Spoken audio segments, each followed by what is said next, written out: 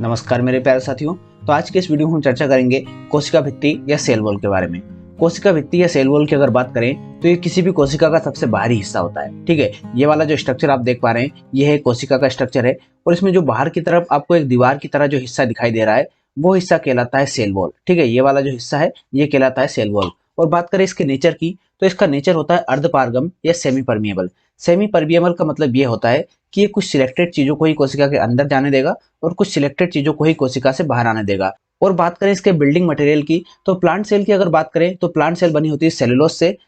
अब बात करें इसके कार्यों की तो इसका सबसे पहला कार्य होता है कि ये कोशिका को सुरक्षात्मक आवरण प्रदान करता है। सुरक्षात्मक आवरण से मतलब ये है कि कोशिका को बाहर से सुरक्षा प्रदान करता है। और दूसरा कार्य इसका होता है कि ये कोशिका को एक निश्चित आकार प्रदान करता है। जैसा कि हमको पता है कि जो हमारी कोशिका होती है उसके अंदर हमें बहुत सारे कोशिकांग देखने को मिलते हैं और वो सारे जो कोशिकांग होते हैं उनको एक निश्चित आकार में रखना, उनको एक साथ बनाए रखना, ये काम होता है कोशिका भित्ति का।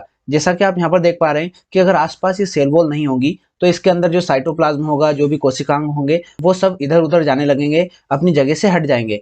तो इससे क्या होगा, तो इससे कोशिका का एक निश्चित आकार नहीं बन पाएगा। तो कोशिका को एक निश्चित आकार बनाए रखना वो काम होता है कोशिका भित्ति का। साथ ही साथ इसका काम होता है कि कोशिकीय पदार्थों का नियमन में सहायता। कोशिकीय पदार्थों का नियमन का मतलब ये है, जैसा कि अभी हमने डिस्कस किया था, कि इसका नेचर होता है सेमी परमिएबल। सेमी परमिएबल होता है तो ये कुछ सिलेक्टेड चीजों को आने जाने देती है। अब ये ऐसा इसलिए करती है क्योंकि जो कोशिका के अंदर जो पदार्थ होते हैं, जो मिनरल्स होते हैं, उनका एक निश्चित अनुपात होता है। ठीक है, उससे कम या ज्यादा अनुपात होगा तो वो कोशिका के लिए हानिकारक होगा। तो उनका जो अनुपात है उसको बनाए रखना, उसको एक निश्चित अनुपात में बनाए रखना, ये काम करती है कोशिका भित्ति। और वो करती है अपने सेमी परमिएबल नेचर के कारण। उसी कारण ये कुछ सिलेक्टेड चीजों को अंदर आने देगी और कुछ सिलेक्टेड चीजों को ही बाहर जाने देगी।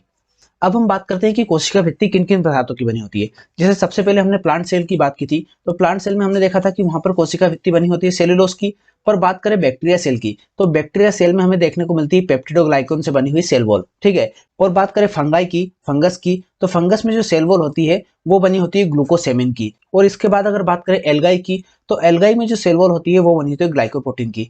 अब आती है पांचवी सेल वॉल। देखिए एनिमल सेल जो होती है उसमें सेल वॉल किसकी बनी होती है, तो यहाँ पर आपको ध्यान रखना है, काफी महत्वपूर्ण पॉइंट है कि एनिमल सेल जो होती है उसमें कोई सेल वॉल होती ही नहीं है। ठीक है, एनिमल सेल में कोई भी सेल वॉल नहीं होती है। इसलिए यहाँ पर सेल वॉल से रिलेटेड अगर क्वेश्चन आता है तो वहां पर आपको ध्यान रखना है कि एनिमल सेल में कोई भी सेल वॉल नहीं होती है। तो ये था सेल वॉल की जानकारी से संबंधित वीडियो। अगर आप सेल के सारे ऑर्गन्स के बारे में एक साथ पढ़ना चाहते हैं तो आप ये वाला वीडियो जरूर देखें। उम्मीद करते हैं सेल वॉल की जानकारी वाला ये वीडियो आपको अच्छा लगा होगा। अच्छा लगा है तो प्लीज वीडियो को लाइक और कमेंट करके जरूर बताएं। साथ ही साथ हमारे चैनल को सब्सक्राइब करके बेल आइकन को प्रेस कर लें ताकि ऐसे ही वीडियो जब भी हम अपलोड करें तो उनके नोटिफिकेशन आपको टाइम टू टाइम मिलते रहे।